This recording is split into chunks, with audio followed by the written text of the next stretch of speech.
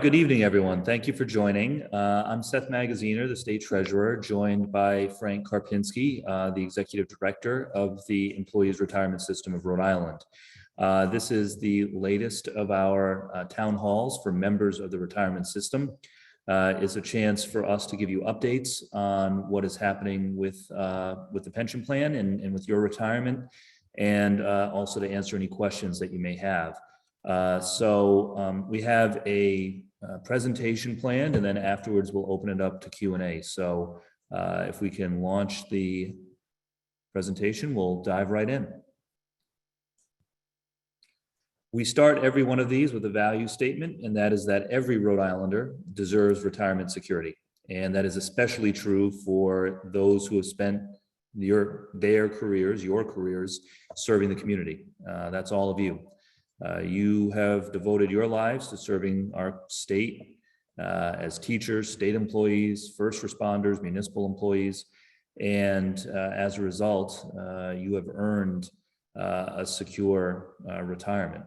The agenda for today's discussion is mostly focused on walking through some of the features of the new website that was launched a couple of months ago, including information that you can access specifically about your pension, what your benefit is projected to be, what your retirement age is, that sort of thing.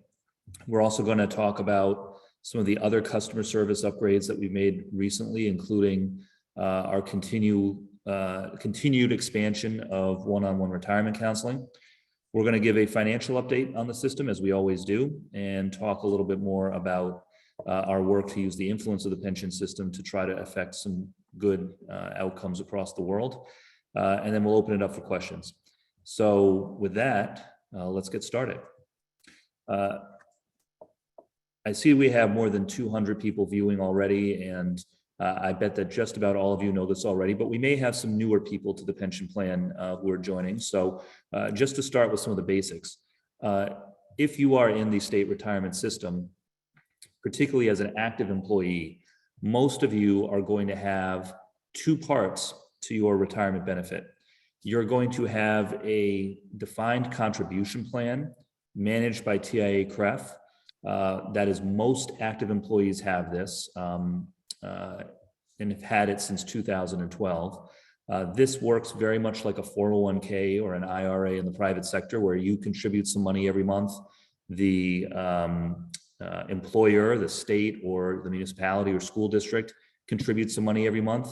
You can invest that money in a range of different ways. You can put it in the stock market, you can put it in bonds, you can keep it in cash, which we don't necessarily recommend, but up to you. We have a whole menu of different investment options so that money can grow over time. And then when you're ready to retire, you can start taking withdrawals from that account. The other part of your pension plan, so your retirement plan, is what we colloquially call the pension plan. That's the defined benefit plan. The defined benefit plan, when you retire, you earn a specific amount in your retirement every month. It doesn't depend on how the stock market does. It doesn't depend on how much money is in anyone's individual account. The defined benefit plan is a guaranteed amount that you get every month.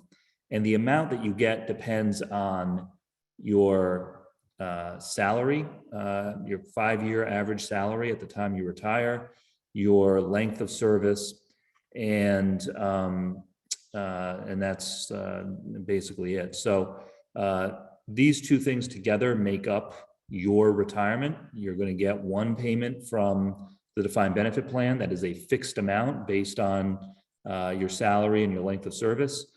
And then you're going to get some amount from your defined contribution plan as well. The exact amount will depend on how your investments in the defined contribution plan do. So most of our conversation is going to be about the defined benefit plan, since that's the one that people tend to have the most questions about. But we'll touch on both of these parts of your retirement throughout the presentation. And just some statistics.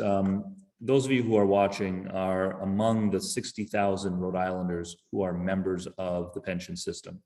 That's 60,000 Rhode Islanders, all public servants who have served the state in one way or another as state employees, teachers, municipal employees, judges, or state police. roughly half of the members of the retirement system are already retired, and the other half are still actively employed. All right, so that's the overview of the system. I'm going to turn it over to Frank now. So last town hall that we did a couple months ago, we gave you a high-level introduction to the new website that we just launched. We're now going to go a little bit more in depth and particularly tell you how you can use this website to find information about your specific retirement, both your defined benefit and your defined contribution portions of your retirement. This new website was created in response to your feedback. We did a series of surveys a couple years ago where we asked all of you, the members of the retirement system, what changes you wanted to see.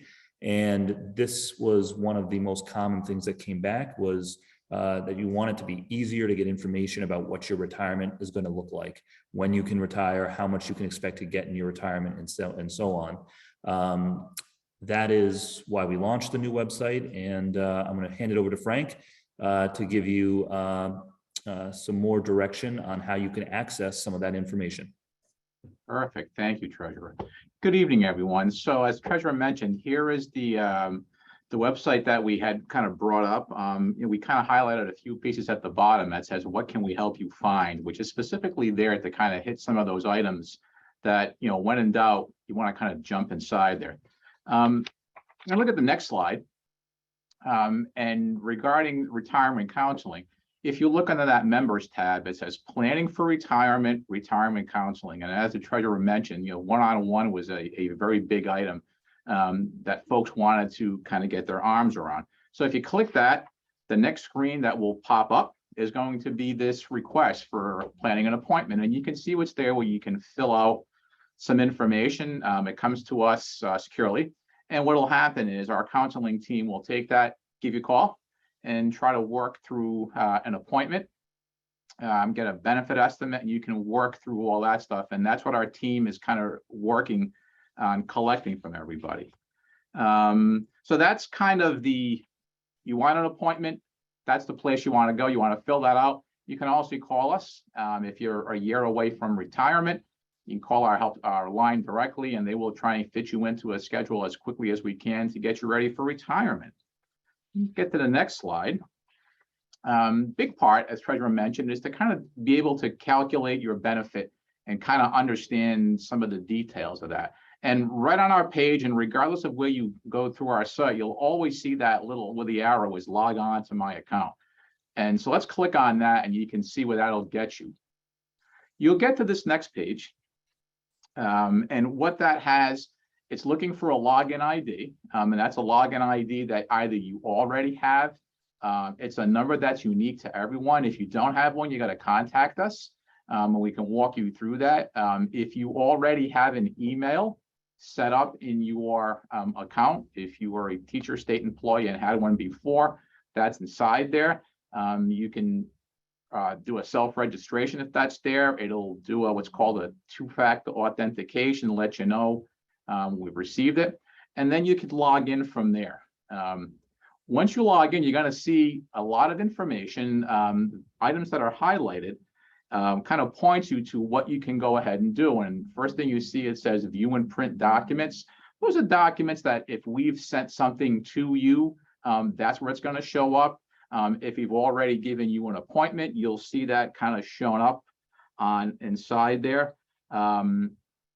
And you'll see the pension profile too. And from there, if you look where it says my plan, as the treasurer mentioned, there's a defined contribution plan.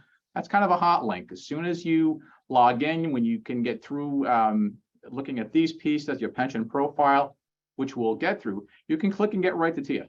And once you get inside, I'll kind of show you a bit what you can see inside there and where you can go with it. You can also see important stuff like Social Security, your plan descriptions, any kind of forms are all inside there. So let's go to the next slide. First thing you'll see once you log in is this pension profile tool. And you'll see what is included inside. There are information that will be filled out, things that we have from you, beneficiaries, dates of birth that you can check on. You'll be able to view them all. You can update your personal contact information, and you can view a spouse or a beneficiary. In particular on that, that docket is a document that you'll get. That's a hard copy document that we get because we'd like to have that notarized so we can ensure that we have the right beneficiary. So if you do go in there and you want to look at it, whether you're a retiree or an active member, you want to kind of make sure that's up to date and get it over to us. And we can go to the next slide. If you're an active member, here's some of the things that's really neat that you can go out and see. The first thing you'll see is your salary. So you can see by year what you earned that year, what was considered pensionable pensionable salary. Not everything is included. For example, overtime is not something you're going to have in there. It's going to be what you contribute on. So you can kind of see over there, by year what your salary is. And then if you click on one of the years, you can actually see by pay period. So you can kind of get through that. And if you really want to go ahead and compare it to a check stub, you'll at least know what's out there. The next thing you'll see is the accumulated contributions. You can see exactly what you did by pay period. Same exact thing. It breaks it down by year. If you had any purchase of service credit, that's going to show up inside there. If you're a teacher and you had teacher survivor benefits, that's going to be inside there. But again, you can kind of see what's been contributed for that. So let's get to the next slide. And what you'll see here is your service credit and beneficiary information. Now, on your service credit, the tool might be closed. Right now, it's probably close to about 2% of the active membership. And that's got to do with folks who may have multiple accounts where you might have worked for the state, then you worked for a city or town, or vice versa, and you've been moving through. And that's where it might have a little bit of trouble trying to get that information for you and collect it all. Same thing if you had blocks of missing time, pieces like that. And if you have that, you can give us a call and our team can go in and get through your account and do some verification for you and get back with you on that. But you'll see up on there in this particular case, you can see what's accrued by year. I mean, how much you have to date. And then again, if you click on a year, you see work days and you'll see what your factor is. Like, for example, this person happens to be a state employee and we count 260 business days that you work, and you can see the pay period and you can see what days you got per year. So if you really want to check out and say, hey, I think I actually should have had more, you'll know what was reported. And again, that's reported to us by your employer. Below that, the other block that you'll see there happens to be what beneficiary information is. And you'll see in the block, what the name of your beneficiary is, and whether it's a spouse, and whether you're going to provide just for a contribution refund, for a death benefit, or an optional annuity plan. For some of the folks who are veterans, we call it an OAP form. But it's a person you can designate other than a spouse, and that's inside there.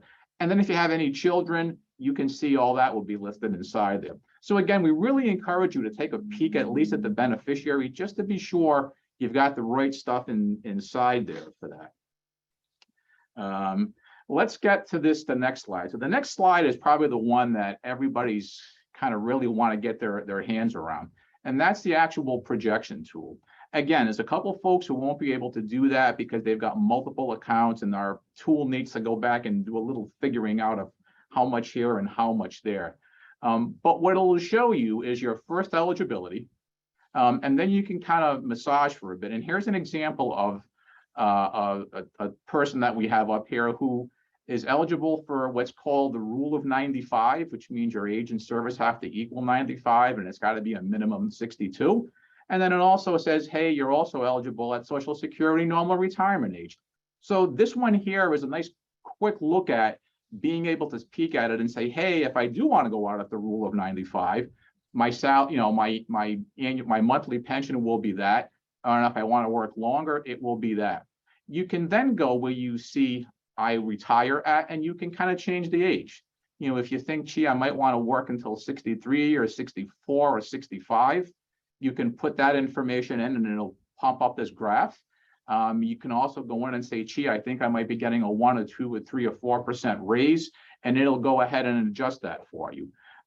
So you can kind of get in there and it'll push up the earned salary. Sometimes folks might call and say, hey, that's not my salary yet. That's going to be the salary as of the last time we got a posting from your employer. So it might not be exactly what you're looking at your check stub or your W-2, but it'll have that. And it'll also show you years of service credit, and it'll talk a bit about that. So there's a little demo on there. You can click the video and get a view of that. But again, it's going to show you what your eligibility is. So if somebody went in here and they decided that they wanted to retire at 60, it's not going to give you that because you're not eligible. However, there are a few transition rules that will let you go earlier, but you're going to take an actual reduction. That information is not here. That's something you'll need to contact us on. And when our counseling team you can talk with, they'll be able to give you some of what the transition rule is, and then kind of walk you through when do you think, and give you a little bit of a math on that so that you can see that. Last piece that you'll see, there's a dot below that. It talks a bit about post-retirement earnings. These are for retirees. So if you retired and you were a teacher and you are working at a school department, what's required is they will report the number of days that you worked. And if you're a teacher, you're able to work 90 full days or 180 half days. That's where you're going to see this information. And it's by the month. So you can see in this particular case, this person works from June 1st to June 30, they work 21 days. And up on top, you can see for 22, they worked 188 and a half days. So you can see by month what's being shown, here, and then you can see what they've done in the past. What you want to do when you're a retiree is you want to check that, because that information is coming back to us. And if you're going to get over the limit, this is where you're going to have to go look at it. So you should at least get in there monthly. We'd like you to hit the website anyway, just to see any news and information that we may have. But it's good to go in here if you're doing post-retirement, verify the information so you don't get in a position of I worked over 90 days and now there's a little more of an issue that you may have to kind of address. But that's where the information will be, and the employer is posting that to us. So those are just some of the screens that are important when folks call us and say, hey, I think I should have had more service credit. We're always going to ask you, take a peek in the site, see what you see, because you might have better insight as to, I'm pretty sure I worked that week or that period of time. And then at least you can go back to your employer and say, hey, you didn't post that, and then we internally can address that for you. Okay, if we can bounce over. What I mentioned earlier is that it actually will let you go in and jump onto TIA. And here, this is an example of, you won't have to re-log in. You'll just click TIA. It'll bring you out here. You're now going to be visiting TIA's site, the defined contribution plan. And in this case, you'll see this is just a number that we brought up, where this person had a $14,000 balance, and it says at the bottom, that would be translated to, 1,080 per month. Once you're here, you can then get off into seeing summary statements. There are other links. If you're contemplating, hey, I want to consider a different fund option, you can kind of get to go through that here. One thing we'll always encourage, if you're getting close to retirement, by 100%, you should contact TIA. So you can set up some time with them and say, hey, I want to take a peek at, make sure how this works for me. Is there any other options? That's a good thing to do. And then we can kind of put it all together for you. But definitely once you're logged into our system, you can get right in there and see all that information and going through. So that's your defined contribution plan. If you want to get to our customer service stuff, again, as Treasurer mentioned, one-on-one is available. If you're within 3 years, certainly contact us. Our team will go in, get your account, put it together. They'll send you some information and say, take a look at it. If you'd like to meet with us through a phone call, through video, in person, by all means, get back with us. We'll set that and walk through any information there. If you're within a year from retirement, definitely call us. We will get you in as soon as we can. The one other piece that I think we've had, right now, more than 90% of our retirees coming retirees are getting their benefit in 60 days or less, which is up from 73% in 2019. So it's been a big effort to try and get information over to members and clean up accounts as much as we can. Updated handbook is on our website. Under members, you definitely want to get in there if you have questions. We're beginning to put more and more videos out there, shorter ones, so you can learn about the website, how to fill out a form, bunch of information on retirement. And what we're also doing is getting out there, and part of the plan, our bigger plan has been to train the trainer. We're going out to employers, some of the folks who are in labor, and saying, hey, let's kind of walk you through some of the basic questions, because we learned, as the treasurer mentioned, from our surveys, that those are places you might like to go to because you talk to somebody who, about retirement. So we're trying to get out to them and get them as much information, so at least they'll know things that they can answer, or maybe say, hey, you should really call retirement about that. And if we get to the other slide, again, you can call or email our service center. Here's our number. Our teams are available all the time. You can contact us if you're sitting at nighttime and you want to have a question. Just do the contact the ERSRI. It comes right into our customer service team.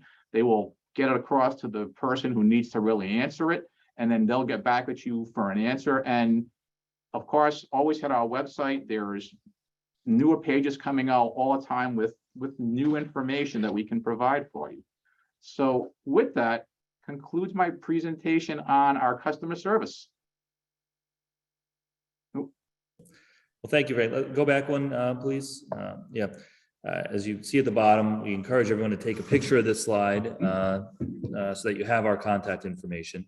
But I thank you. A big thank you to Frank and the team who've been putting in a lot of work. These are some major improvements. Certainly the new website has a lot of new helpful features on it, and it's much easier to navigate than the old one. So visit ERSRI.org when you have a chance. Bringing back one-on-one retirement counseling was the #1 most requested thing when we did the survey that you all filled out a few years ago.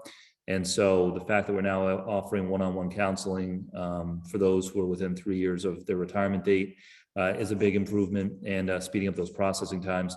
That doesn't happen on its own. It's because Frank and the team are working very hard to deliver all of you the service that you deserve. So thank you, Frank, and thank you, team. All right, so now we'll move to the financial update. You may recall that the money in the pension fund is invested in a number of different places. Back in 2016, we launched something called the Back to Basics investment plan for the state pension fund. The reason that this is important is because the more money that we can earn on our investments, then the more secure the retirement system is for everybody, and the less money that is required from taxpayers in order for the pension system to meet its obligations to all of the retirees. So in any pension system, there's 3 sources of money. There's the employee contribution, which all of you have contributed through your paychecks. There's the investment gains that we make on our investments. And then there's the employer contribution from the state, the municipalities, or the school districts that has to make up the gap. So the more we make on our investments, the better it is for everyone. Under the Back to Basics investment plan, the pension fund is invested in essentially 3 different ways. The bulk of the pension fund is invested in something that we call the growth strategy. The growth strategy is what generates strong returns for the pension fund over time. You can see the dark blue on the pie chart there. 55% of the money in the pension fund is invested in these growth assets. The most common investment in the growth bucket are low fee index funds that track the stock market. So these index funds, when the stock market goes up, the index funds go up. When the stock market goes down, the index funds go down. But over time, the stock market goes up generally more than it goes down. And so those index funds generate a strong return for the pension fund over time. We also have private assets in the growth bucket that include various forms of real estate and investments in private companies that are not publicly traded. The private growth bucket, part of the growth bucket tends to be our strongest performing part of the pension fund over time. So that's the first category of how we invest under Back to Basics. The second category is the stability bucket. That's the light blue. The stability bucket is made up of investments that don't necessarily generate returns as high as the growth bucket over time, but provide protection when the stock market isn't doing so well. It's very important when you invest to stay diversified and to not put all of your eggs in one basket. That's why we don't put everything in the stock market, because while the stock market often goes up, there are years like this year where the stock market doesn't do so well, which is why we keep about a third of the money in the pension fund in the stability bucket to help provide us some protection in years when the stock market's not doing so well. There's a lot of different types of investments in the stability bucket, but it's mostly different kinds of bonds.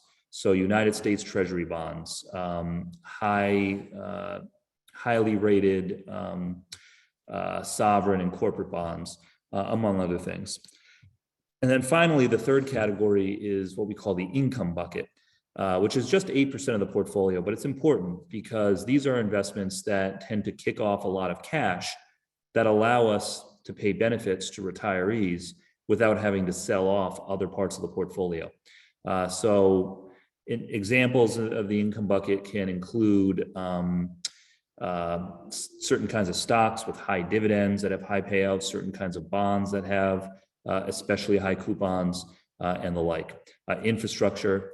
And so overall, a diversified, balanced portfolio where we don't put all of our eggs in one basket. We attempt to make strong returns over time while giving us some protection in the bad years. So that's how the money is invested. Let's take a look at performance. Pleased to report that under Back to Basics, we have had significant growth in the assets in the pension fund. We began 2016 with about $8 billion of assets in the fund.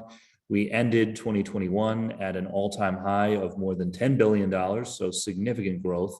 And year to date in 2022, even though the market has been choppy, we're still above $10 billion of assets under management, which again is near an all-time high.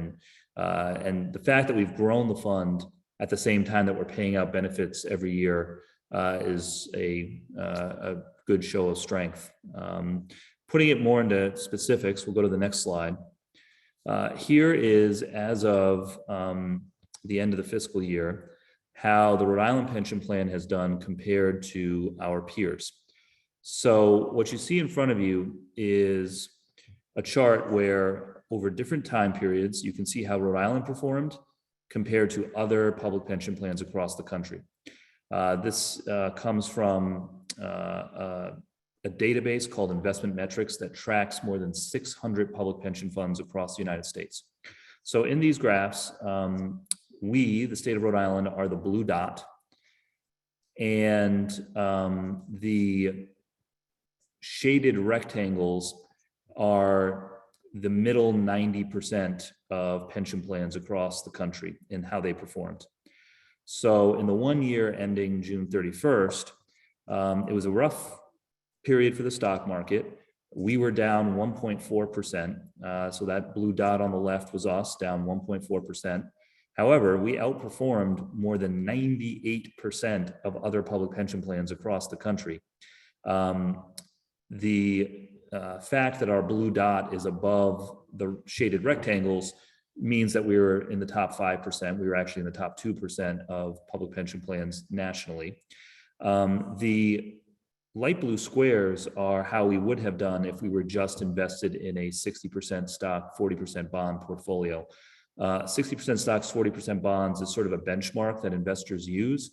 And if we had just done that and been with the benchmark, we would have performed worse than most other public pension plans, and certainly much worse than we did in Rhode Island. So just to put some numbers on it, in the year ended June 30th, it was a rough year for the stock market. Rhode Island was down 1.4%.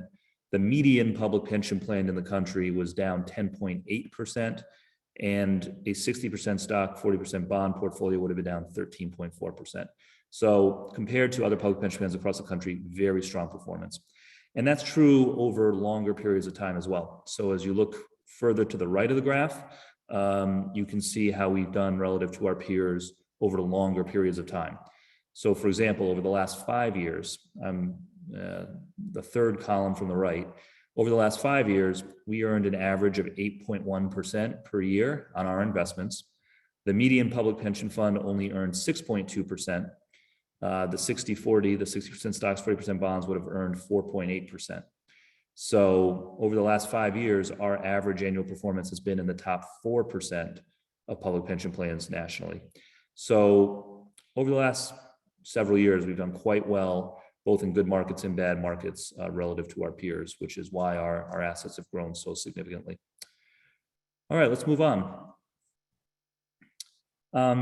We mentioned this at the last town hall, but it bears repeating again. I think everyone who is a member of the pension plan can feel good about the fact that not only are we performing well on our investments and enhancing customer service and strengthening retirement security for all of you, but we've also been able to use our influence as managers of a $10 billion pension fund to pressure other investors around the world to improve their behavior. In March, we made the decision to boycott Russia after their illegal invasion of Ukraine. This is not just Rhode Island. This is part of an international movement to boycott Russian investments, stocks, bonds, etc., because as a matter of principle, we believe in democracy. We believe that peaceful nations should not be invaded, and we do not want to have any role in helping to fund that war, or at least fund the Russian side of that war. I'm pleased to report that when this boycott got up and running, and again, it's not just Rhode Island, but Rhode Island is a part of it, Russia was forced to close their stock market. They are still not able to open trading on their stock market as they normally did in the past. And so we are helping to put financial pressure, sanctions essentially, on Russia as a way to try to pressure them to end this war.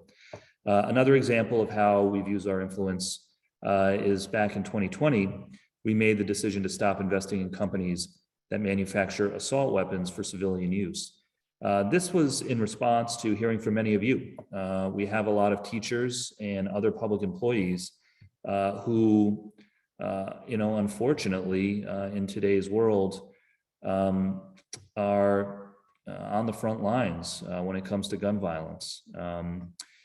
We are in the middle of this horrible epidemic of shootings, school shootings and other mass shootings. And unfortunately, it is oftentimes public employees like all of you who are on the front lines. And so in response to the feedback that we got from people in the pension plan, teachers, nurses, and other public employees, we made Rhode Island just the 4th state in the country to say that we will no longer invest in companies that manufacture these weapons for civilian use. Okay, so we'll move now to the portion where we do some questions and answers. We have a number of questions that were submitted in advance, and we'll start with those. I think Frank and I will trade off here, and I drew the short straw, so I'll do the first one. The first question is from Linda, who is asking, can one-on-one meetings be arranged with a retirement counselor to be in person? And the answer is yes. So once again, now one-on-one retirement counseling is available for anyone within 3 years of your retirement eligibility date. So you can go on to your website, go into your pension projection tool on the website, see what your retirement date is, your retirement eligibility date. And within 3 years of that date, you can reach out for a one-on-one meeting. The meeting can be virtual or on the phone if you'd like, or it can be in person at our offices in Warwick if you would like. The easiest way to get a meeting scheduled is to go to ERSRI.com and either submit a request on the website or call our office to schedule an appointment. The second question is from David. David is asking, can you cover what happens if we die on the job? Does our spouse get a pension Can we specify the level that we intend them to get? How does the whole death benefit thing work? So I will turn this one over to Frank. Thank you, Treasurer. So, for what we consider that to be is a death in service. Yes, the first thing that a beneficiary can get will be a death benefit. It is a maximum of $16,000. That's based on the total number of years of service credit that the member had. And upon retirement, it gets reduced by 25% a year to a minimum of $4,000. A beneficiary is entitled to that regardless of whether the member selected a benefit option that provided for what is called a joint and survivor means. The member and maybe a spouse or maybe an aunt or someone that they want to kind of share the benefit with, if you will. So you get that regardless, and it doesn't have to be the same person. You could say, hey, I picked an option for my spouse, but I want to give my death benefit to an aunt or brother or someone else. Regarding an actual pension benefit, yes, you can certainly get that. What the law provides is for if your spouse is your sole beneficiary, they have the option of getting a return of contributions without interest. There's no reduction to it or anything like that, or they can opt to get a retirement benefit. And it's a retirement benefit like we would have calculated for the member, that's going to be based on their salary and years of service at the time of death and what their eligibility is. So you can certainly provide for, based on what the statute reads, you can't change the amount. It's this option that says, hey, I'm going to share it with a spouse. And it's going to be a bit of a reduction that will take place on it, but certainly a spouse can get that and have it for the rest of their life. And if you're a teacher, there's also an alternate option that's called a teacher survivor benefit, which is more of a survivor benefit, and it is based on an amount of salary that the teacher was earning at the time of when they retired. All right, so everybody gets the one-time sort of lump sum, no matter what. The death benefit, correct. And then the death benefit, and then in addition to that, you can either, the spouse or beneficiary can either get your contributions back if you're an active employee, so whatever you contributed in, you can get back in a lump sum, or can choose to get a regular benefit calculated off of the amount that you would have gotten. Yeah. All right. Very good. So the next question is from Charles, who is asking, why hasn't anyone used the influx of money from the federal government to put into the pension fund so that retirees can get a cost of living increase? So I'll take this one. Very good question. I will just say plainly that I would very much support using some of the federal funding that the state received to help retirees in the pension system. The fact of the matter is, cost of living is going up. Lots of people who are actively working have gotten raises, and rightfully so. People on Social Security are getting an increase, and rightfully so. And so I do think that it would be appropriate for some of these federal funds that the state has received to go to retirees in the pension system to help you all keep up with the cost of living. Unfortunately, it's not only up to me. It would require an action by the General Assembly, by the state legislature. They're the authority in how the federal stimulus money that was given to the state is spent. So they would need to act in order to make that happen, but I personally think it's a good idea. On the topic of cost of living adjustments more generally, most retirees in the MERS system, so most municipal retirees, are receiving annual cost of living adjustments already, and the rest are expected to relatively soon. Under state law, state employees and teachers receive COLAs every 4 years until their plans are 80% funded. That's still a few years away, but in the meantime, I think using some of that federal money to help people keep up with the cost of living is a very good idea. Okay, next question. We'll be back for Frank. This is from John. John is basically asking how military service can be credited to the pension system. What do you have to do to get credit on your pension for time that you spent in the military?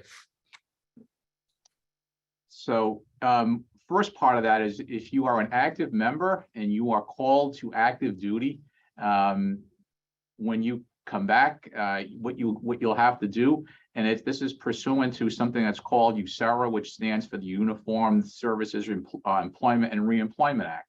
All you have to do is put back those contributions that you would have made had you been an active member. So if you were called to active duty, you were out for 18 months, you're going to come back again, and then we're going to get some information from the employer saying, hey, here's what you would have earned, and then you'll pay those contributions back. It is without interest, and you can pay it over a 5-year installment if you choose to go ahead and do that.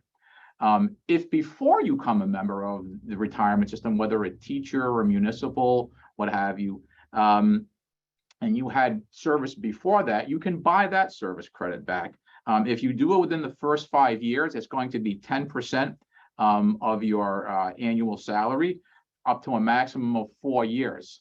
So you want to do that if you're new before 5 years. If you do it after, then you're going to get charged interest, and it'll be from the time of the request to the time of the after the 5 years. So 2 different ways to basically get military. If you're serving, get called. If you're an active member, you get called. You're going to make the contributions. You can do it over a 5-year installment when you got to put that back. If you have time before you were an active member, you can go ahead and buy that 10% of your first year's earnings times 4 years, or a maximum of 4 years, should I say. And no interest installment. If it's after 5 years, you're going to have to pay interest on that.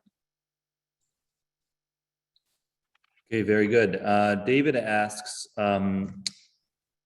about the beneficiary designation form, how it works, and where to submit it after it's been notarized. So this has to do again with death benefits and on who gets your pension after you pass away. On the website on ERSRI.org, there's a form that you can download and print out where you designate who your beneficiary will be. As I'm looking at this now, this is one of the reasons I'm glad that we do these town halls, is that we get good advice. We should probably put on the form where to send it to. So the answer is you mail it back to the office. You mail it to the Employee Retirement System office, which is 50 Service Avenue, Warwick, Rhode Island. We'll make sure that that's put on the form or on the website so that that's clear. We had looked at whether we could do it as an online thing where you wouldn't have to mail it, but because the law says it must be notarized, you have to send it to us in hard copy. So mailing it to 50 Service Avenue or dropping it off at our office in person is the way to update that information. Elaine asks, I want to know who I can speak to if I feel that my retirement was not calculated appropriately. So, okay, so you go on the website, log in like Frank showed you earlier, you see the amount of time that we think you worked for and what your benefit and eligibility date will be. If something on there doesn't look right, what do? So go ahead, Frank. So two components. Yeah, if you're looking at it and saying, hey, I kind of went on and I could have swore I had more service credit or what have you, at least you'll be able, you should go on and look at the years of service, and so you can kind of get a sense of that. But certainly we'll go ahead and review that, get some information. Maybe we'll generally have to contact your employer to get some information of what is, what's wrong with this year of service, why is it not full, or what have you. If you are retired, same kind of thing. If you kind of say, gee, I got my first couple pension checks, but I thought it would have been a little different. At that point, we would say you should contact your retirement counselor, because your retirement counselor kind of owns your entire process, and from the day that you talk with them to the day you actually get your first check. And they'll be able to kind of walk through all those mechanics of, here's what we did and here's how we calculated that. And if you can't recall who that counselor is, then we would say that you just go ahead to our Contact the ERSRI tab. and kind of put your information and say, hey, I think my pension benefit doesn't sound right. I think I should have had more years of service or what have you. And then we'll get back with you and try to kind of clear that up for you. Very good. And I should note, Frank mentioned this earlier, but I'll just repeat it one more time. If you go on the website and the pension projection tool or the table with all your information isn't working, there's a reason for that. There's a small number of people in the system, we think it's less than 5%, that the tool is not working for, because, and it's probably because you had some kind of a complicated issue. Maybe you changed jobs a couple of times. There was something that didn't seem right in the data. If that's the case for you, just call the office. The counselor will work with you to clear up whatever the discrepancy is. And then after that, the tool will start working for you again. And the counselors do a very good job of making sure that before anyone retires, they reach out to you to make sure that all of your information is correct. So, so for 90+% of people, you should be able to see the information on the website. If anything doesn't seem right, of course, reach out and let us know. And for the small percentage that the tool is not activated for, just reach out to us, and they'll work with you to help figure out how to get it back on. All right, well, we were shooting to keep this to about 45 minutes tonight, so I think that is it. But I want to thank you all once again for joining. We had great turnout again tonight, well over 200 people. I think this is the 5th or 6th one of these that we've done, and so it's great to see turnout so strong. And thank you once again to all of you for your service to the community. You've all served in a number of different ways, and it is an honor for all of us to serve you. So have a good night, everyone, and until next time, thank you very much. Right.